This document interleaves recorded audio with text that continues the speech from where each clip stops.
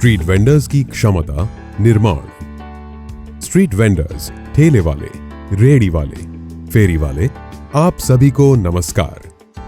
आशा करते हैं कि इस महामारी में आप सभी सुरक्षित और स्वस्थ होंगे। हमारे घरों तक जरूरत के सामानों को पहुंचाने में आपने हमेशा एक महत्वपूर्ण भूमिका निभाई है। विभिन्न प्रकार के उत्पाद जैसे सब्जियों, फलों, ready to eat street food, चाय, पकोड़े, ब्रेड, अंडे, टेक्सटाइल परिधान, जूते, कारीगर उत्पाद, हस्तशिल्प, किताबें, स्टेशनरी इत्यादि इसमें शामिल हैं। इसके साथ साथ आप विभिन्न प्रकार की सेवाएं भी प्रदान करते हैं, जैसे नाई की दुकानें, कॉबलर्स, पान की दुकानें, धोबी की सेवाएं आदि। कोविड-19 के कारण लगाए गए लॉकडाउन के दौरान आपके आजीविका पर बुरा प्रभाव पड़ा है और हमें यह भी लगता है कि आपने शायद इस अवधि के दौरान अपनी पूरी कमाई खर्च कर ली होगी। इस बात को ध्यान में रखते हुए भारत सरकार स्ट्रीट वेंडर्स के लिए वर्किंग कैपिटल के लिए ऋण की सुविधा लेके आई है, ताकि आप फिर से अपना काम शुरू कर सकें। आवासन और शहरी कार्य मंत्रालय ने 1 जून 2020 को PM Svanidhi, PM street vendors Atmanirbhar Nidhi, street vendors के लिए एक विशेष माइक्रो क्रेडिट की सुविधा शुरू की है। यह केंद्र सरकार की योजना है जिसकी अवधि 31 मार्च 2022 तक है। इस योजना के 3 प्रमुख उद्देश्य हैं। पहला उद्देश्य 1 वर्ष की अवधि के लिए 10,000 रुपए तक की राशि का ऋण प्रदान करना है। दूसरा, वेंडर्स को नियमित अदायगी के लिए प्रोत्साहित करना है। तीसरा, कैशबैक के माध्यम से डिजिटल लेन देन को पुरस्कृत कर प्रोत्साहित करना है। यह योजना राज्यों, केंद्र शासित प्रदेशों के उन सभी शहरों या कस्बों में लागू की जाएगी जहां पथ विक्रेता जीविका संरक्षण और पथ विक्रय विनियम अधिनियम 2014 के अंतर्गत नियम वाली एवं योजनाएं अधिसूचित कर दी गई हैं, एवं मेघालय राज्य, जिसका अपना स्ट्रीट वेंडर्स अधिनियम है, इसमें शामिल है। पीएम स्वनिधि के अंतर्गत ऋण लेने पर किसी सिक्योरिटी या जमानत की आवश्यकता नहीं है। 1 वर्ष की अवधि के अंदर ऋण भुगतान किया जा सकता है। नियमित ऋण अदायगी पर 7% की दर से ब्याज सब्सिडी तिमाही आधार पर डायरेक्ट बेनिफिट ट्रांसफर के माध्यम से सीधे स्ट्रीट वेंडर्स के खाते में जमा हो जाएगी। यानी अगर ब्याज दर 24% है तो वेंडर को 7% की ब्याज सब्सिडी मिलने पर प्रभावी रूप से केवल 17% का भुगतान करना पड़ेगा। ब्याज सब्सिडी मार्च 2022 तक उपलब्ध होगी। ऋण की समय से पहले अदायगी पर किसी भी तरह का जुर्माना नहीं लिया जाएगा। समय पर या समय से पहले ऋण अदायगी पर स्ट्रीट वेंडर्स को अगली बार बड़ी राशि का ऋण मिल सकता है। डिजिटल इंडिया की दिशा में बढ़ते हुए इस योजना में डिजिटल लेन देन को विशेष रूप से प्रोत्साहित किया जा रहा है। इस योजना में डिजिटल लेन देन के लिए प्रोत्साहन का प्रावधान है। वेंडर द्वारा 1 माह में रुपए 25 या उससे अधिक राशि के 50 लेन देन करने पर वह 50 रुपए का कैशबैक प्राप्त करेगा।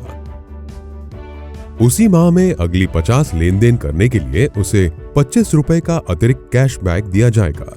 अतिरिक्त 100 या उससे अधिक लेन देन करने पर वह फिर से 25 रुपए प्राप्त करेगा। इसका मतलब यह है कि 1 माह में 200 लेन देन करने पर उनके खाते में 100 रुपए की राशि कैशबैक के रूप में दी जाएगी। यानी उसे साल के लगभग 1200 रुपए मिल सकते हैं। इसके लिए 25 रुपए और उससे अधिक की प्रत्येक लेन देन को ही उपयुक्त लेन देन माना जाएगा। डिजिटल लेन देन डिजिटल पेमेंट एग्रीगेटर्स जैसे भीम, पेटीएम, गूगल पे, भारत पे, अमेज़न पे, फोन पे इत्यादि के माध्यम से किया जा सकता है। वेंडर्स को उनके वेंडिंग स्टॉल पर डिजिटल लेन देन को संचालित करने के बारे में सहायता प्रदान की जाएगी। डिजिटल लेन देन के माध्यम से स्ट्रीट वेंडर्स को क्रेडिट स्कोर बढ़ाने में मदद मिलेगी, जो भविष्य में उनकी ऋण की आवश्यकताओं को पूरा करने में सहायक होगा। यदि कुछ ग्राहक अभी भी नकद भुगतान करते हैं तो वेंडर्स इसे स्वीकार कर सकते हैं, लेकिन ये कैशबैक लाभ के लिए पात्र नहीं होगा। प्रधानमंत्री स्वनिधि के तहत ऋण प्रदान करने के लिए विभिन्न प्रकार के ऋणदाता शामिल हैं। Scheduled commercial banks, regional rural banks, small finance banks, cooperative banks, non banking finance companies, micro finance institutions और एसएचजी बैंक। वेंडर के पास ऋण देने वाली पसंदीदा संस्था का चयन करने का विकल्प होगा। अब समझते हैं कि इस ऋण के लिए कौन पात्र है और कैसे आवेदन करें। इस योजना में 24 मार्च 2020 को या उससे पहले शहरी क्षेत्रों में वेंडिंग करने वाली सभी वेंडरों को शामिल किया गया है। इस योजना के लिए वेंडर्स को 4 श्रेणियों में बांटा गया है। एक एक करके देखते हैं। पहली श्रेणी उन स्ट्रीट वेंडर्स की है जिनके पास एक सर्वे के आधार पर नगर पालिका द्वारा जारी किए गए सर्टिफिकेट ऑफ वेंडिंग या पहचान पत्र है। ऐसे वेंडर बैंकों, कॉमन सर्विस सेंटर, एमएचजी या उनके फेडरेशन के सदस्यों से मिलके या नगर पालिका कार्यालय या किसी भी लेंडिंग इंस्टीट्यूशन के पास जाकर लोन आवेदन की प्रक्रिया पूरी कर सकते हैं। वे मोबाइल ऐप, पोर्टल के माध्यम से वेंडर के आधार का सत्यापन करेंगे। सफल सत्यापन पर वे ऋण का आवेदन भरने और आवश्यक दस्तावेज अपलोड करने में मदद करेंगे। आवेदन वेंडर द्वारा इंगित पसंदीदा ऋणदाता के पास जाता है और यदि कोई वरीयता नहीं दी जाती है तो उसे किसी भी इच्छुक ऋणदाता द्वारा उठाया जाता है। स्वीकृति या अस्वीकृति की दशा में वेंडर को मोबाइल में संदेश प्राप्त होगा। वेंडरों की दूसरी श्रेणी उनकी है जिनका सर्वेक्षण यद्यपि उनके नगरपालिका द्वारा किया गया था, लेकिन अभी तक उन्हें प्रमाण पत्र या पहचान पत्र जारी नहीं किया गया है। ऐसे वेंडरों को नगरपालिका द्वारा आईटी आधारित प्लेटफॉर्म पीएम स्वनिधि के माध्यम से प्रोविजनल सर्टिफिकेट ऑफ वेंडिंग मिल सकता है, जिसके साथ वे ऋण के लिए आवेदन कर सकते हैं। नगरपालिका 1 महीने के भीतर ऐसे सभी वेंडरों को नियमित प्रमाण पत्र और आईडी कार्ड प्रदान करेगी। वेंडिंग का प्रोविजनल सर्टिफिकेट प्राप्त करने के लिए वेंडर्स अपने पहचान प्रमाण जैसे आधार कार्ड, वोटर आईडी इत्यादि के साथ बिजनेस कॉरेस्पॉन्डेंट, एजेंटों या सीएससी की मदद ले सकते हैं। सर्वेक्षण सूची में वेंडर का नाम सत्यापित करने के बाद उनको नगरपालिका कार्यालय द्वारा एक आईटी आधारित मंच के माध्यम से स्वचालित तरीके से जारी किया गया प्रोविजनल वेंडिंग सर्टिफिकेट प्राप्त होगा। इस प्रोविजनल सर्टिफिकेट ऑफ वेंडिंग के साथ वेंडर्स आवेदन भर सकते हैं और आवश्यक दस्तावेजों को मोबाइल ऐप या पोर्टल के माध्यम से अपलोड कर सकते हैं। वेंडर्स को मोबाइल के माध्यम से स्वीकृति या अस्वीकृति की सूचना प्राप्त होगी। तीसरी श्रेणी वे वेंडर हैं जिनका सर्वेक्षण नहीं किया गया था या जिन्होंने सर्वेक्षण पूरा होने के बाद वेंडिंग शुरू की थी।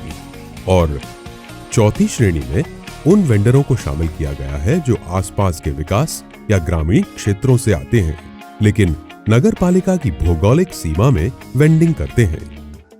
विक्रेताओं की तीसरी और चौथी श्रेणी के मामले में नगरपालिका या टाउन वेंडिंग कमेटी से लेटर ऑफ रिकमेंडेशन प्राप्त किया जा सकता है, जिसके साथ ऋण आवेदन जमा किया जा सकता है।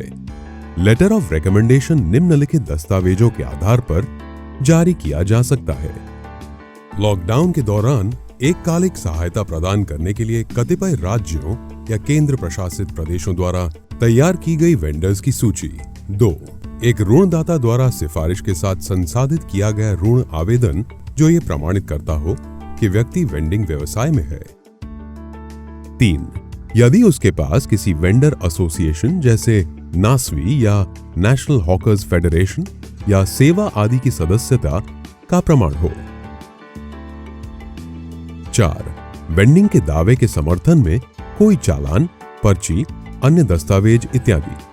यदि इन दस्तावेजों में से कोई भी उपलब्ध नहीं है तो वेंडर सादे कागज पर एक अनुरोध कर सकता है, जिस पर नगरपालिका या टीवीसी, एसएचजी या समुदाय आधारित संगठनों आदि को शामिल करते हुए स्थानीय जांच करेगी और उसकी रिपोर्ट के आधार पर लेटर ऑफ रिकमेंडेशन प्रदान करेगी। वेंडर ऐप या पोर्टल के माध्यम से आवश्यक दस्तावेजों के साथ ऋण आवेदन जमा कर सकता है, जिसके लिए वेंडर्स बैंक अधिकारियों या कॉमन सर्विस सेंटर की सहायता ले सकते हैं। कोविड-19 लॉकडाउन के कारण अपने मूल स्थानों पर चले गए वेंडर स्थिति सामान्य होने के बाद वापस आने पर इस ऋण को प्राप्त कर सकते हैं और अपना व्यवसाय फिर से शुरू कर सकते हैं। वे वेंडर्स की 4 श्रेणियों के लिए उल्लिखित मापदंडों के अनुसार ऋण के पात्र होंगे। किसी भी प्रकार की जानकारी, ऋण प्राप्त करने संबंधी सहायता और मार्गदर्शन के लिए वेंडर टाउन वेंडिंग कमेटी, नगर निगम कार्यालय में बैंकिंग कॉरेस्पॉन्डेंट्स के विवरण के लिए संपर्क कर सकते हैं या SHG या उनके महासंघ के सदस्यों से मिल सकते हैं या अधिक जानकारी प्राप्त करने के लिए टोल फ्री नंबर पर फोन कर सकते हैं। ऋण आवेदन प्रक्रिया जुलाई 2020 में आरंभ होगी और मार्च 2022 तक ऋण प्राप्त किया जा सकता है। ब्याज सब्सिडी और कैश बैक सुविधा मार्च 2022 तक उपलब्ध रहेगी।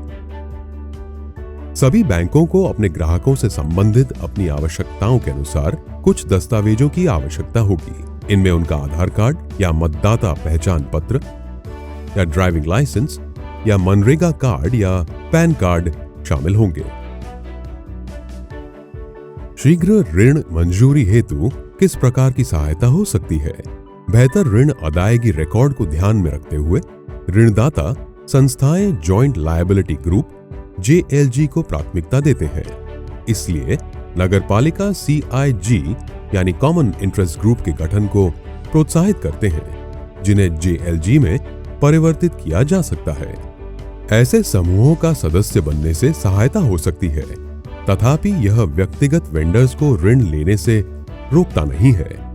नगर पालिकाएं ऋणदाता संस्थाओं के साथ समूहों की सूची साझा करेंगी और ऋणदाता संस्थाएं नगर पालिकाओं के साथ पात्र वेंडरों के गठित JLG साझा करेंगे। ऋण आवेदन की स्थिति समय समय पर मोबाइल ऐप या पोर्टल पर देखी जा सकती है। इसके लिए आवेदन के समय मिलने वाले एक्नॉलेजमेंट नंबर का इस्तेमाल कर सकते हैं। यदि वेंडर सभी अपेक्षित दस्तावेजों के साथ सही और पूरी जानकारी प्रस्तुत करता है, तो ऋण अनुमोदन में 30 दिन से भी कम समय लगेगा। आपको अगला ऋण कब प्राप्त हो सकता है? अगर वेंडर्स ने समय पर या उससे पहले ऋण का भुगतान कर दिया हो, तो वो एक विस्तृत सीमा के साथ अगले कार्यशील पूंजी ऋण के लिए पात्र हो जाता है। वेंडर पहले ऋण के पूर्ण रूप से भुगतान पर बिजनेस कॉरेस्पॉन्डेंट या एजेंट से संपर्क कर सकता है। दूसरा ऋण उपलब्ध कराने का निर्णय तेजी से होगा, क्योंकि वेंडर का ऋण भुगतान पैटर्न पहले से ही उपलब्ध है। वेंडर्स को डिजिटल भुगतान को ना समझ पाने से चिंतित नहीं होना चाहिए। बैंकों या पेमेंट एग्रीगेटर्स के बिजनेस कॉरेस्पॉन्डेंट या एजेंट वेंडर्स को डिजिटल ट्रांजैक्शन में भाग लेने में सहायता करेंगे। इस प्रयोजन हेतु उपयोग के लिए वेंडर्स को एक डेबिट कार्ड और एक QR कोड भी प्रदान किया जाएगा। PM स्वनिधि लाभार्थियों को महत्वपूर्ण लाभ प्रदान करता है। समय से भुगतान और डिजिटल लेन देन के फायदे को आसानी से इस तरह से समझा जा सकता है। 24% ब्याज दर पर स्वीकृत 10,000 रुपए के ऋण के लिए ब्याज सब्सिडी और डिजिटल लेन देन पर कुल लाभ लगभग 1,600 रुपए प्रति वर्ष है, जो ऋण पर भुगतान किए गए कुल ब्याज से भी अधिक है। अतः हम ये कह सकते हैं कि 24% की दर पर स्वीकृत लोन पर भी अगर वेंडर समय से नियमित भुगतान करता है, तो उसके लिए लोन इंटरेस्ट फ्री हो जाएगा। अधिक जानकारी के लिए कृपया वेबसाइट www.pmswanidhi.mohua.gov.in को देखें या नगर पालिका कार्यालय जाएं।